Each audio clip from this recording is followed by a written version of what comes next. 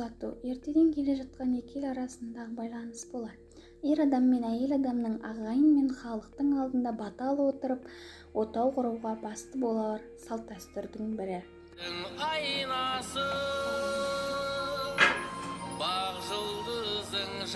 Тағында болғанда асыға күтіп дүниеге келгелі көзінің қарашығындай қорғаған әр анаға қай баласын болмасын жат елге жат жерге жібере бауыр етін қажымай қоймас. Сәукеле таққан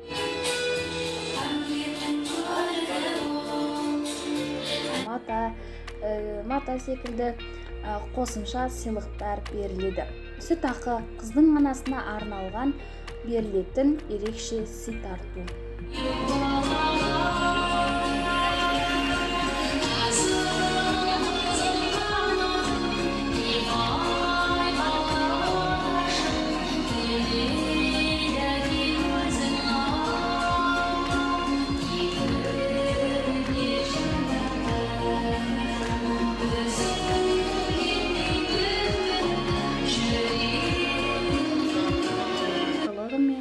Үлгі жарқын болашақты қамтамасыз ететін. Дәстүрлерінің бірі бесікке салу. Бесік халқымыздың нағыз мұрасы. Орта Азия мен Кавказ, үнді мен Қытай мемлекеттері пайдаланған, және қазір де пайдаланылады. Бесіктің негізгі түрі таспалы бесік және жер бесік. Бесікке салу. Жас нәрестені бесікке салу турасында оған келетін қонақтар өздерінің жол-жоралғыларын алып келеді. Өз балаларын үлгілі бала ретінде тәрбиелеп отырған анаға бұйырады.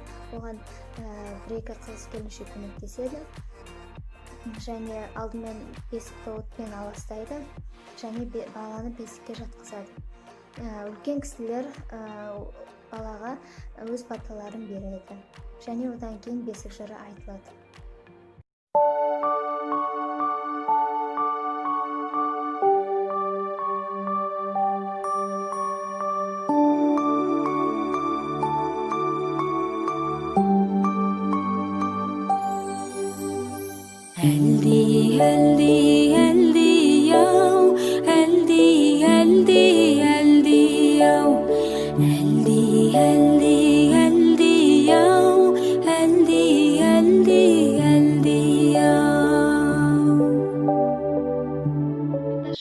Қазақтың келін түсірген кезде жасалатын салтының бір түрі. Беташар әдетте той біткен кезде, халық тарқар кезде басталады. Шымылдық ішінде отырған келіннің басына ақ орамал жауып, той болып жатқан жерге сыйлы, жақын сол үйдің келіндері келіншекті алып шығады.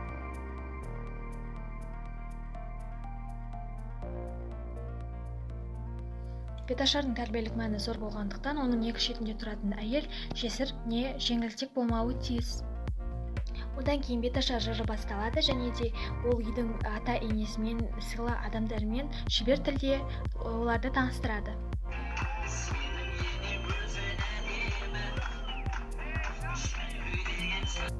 Дәстүрлі беташар болмай жатып, келіннің бетін ешкім көрмеген және де келіннің бетін кім ашса, сол ыстық деген мақал. Моншақ ретінде жасалатын өте сұлуды салтанатты дәстүр.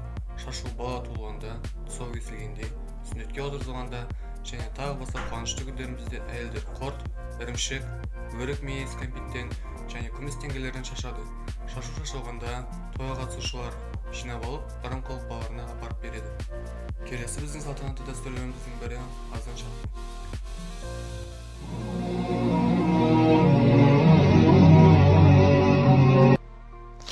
Азан шақырып ат қою мұсылмандықты қатаң ұстанатын ортада нәрестеге ат қою рәсімін ғұрыптайтын ерекше түрі. Ата-ана басын қыблаға қаратып қолын ұстайды. Ат қоятын имам намазын өтеп азан шақырып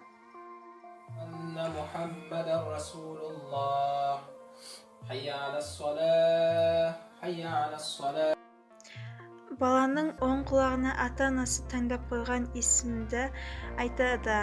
Ол баланың оң құлағына, қыз баланың сол құлағына сенің атың деп 3 мәрте айқайлап айтылады. Одан кейін келесі құлағына Құраннан сүрелер оқиды. Бұл 3 рет қайталанады.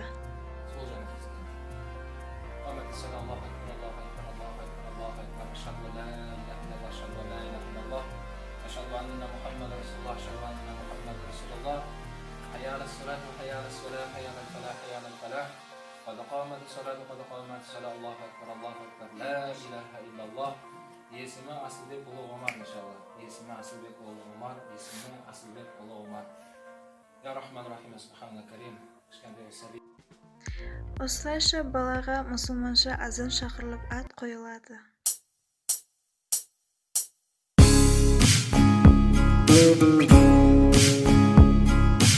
Алысап бардағы сағынышым, жамандықты жасыратын қорғанышым, жақсылықты асыратын қолда білсін досым.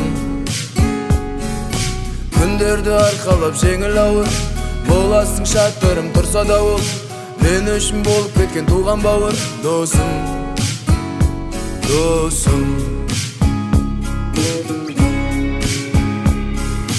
Жалғыздықта қалдырмайтын жан серігім, мұңайғанда тауып берер әр себебін, сырласуға маған тек сен керегі досым.